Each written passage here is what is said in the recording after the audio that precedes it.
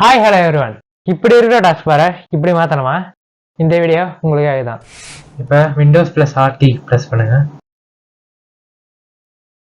இங்கே regedit அப்படின்னு type பண்ணுங்க. டைப் பண்ணி ஓகே கொடுத்துருங்க. இங்கே நான் நேவிகேட் பண்ணுற லொக்கேஷனுக்கு போய்க்கோங்க.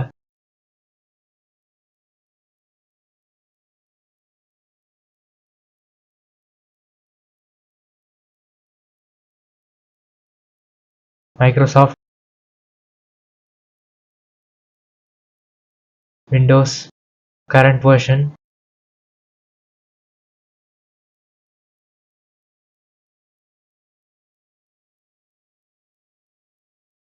Explorer advanced.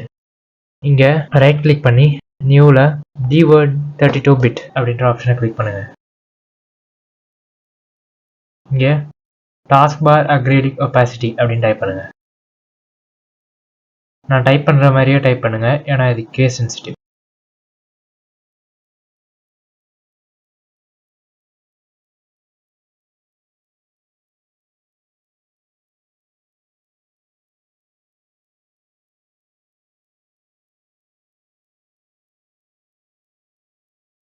டைப் பண்ணி என்ட்ரு பண்ணிவிட்டு இப்போ இந்த வேல்யூவை ஓப்பன் பண்ணுங்க.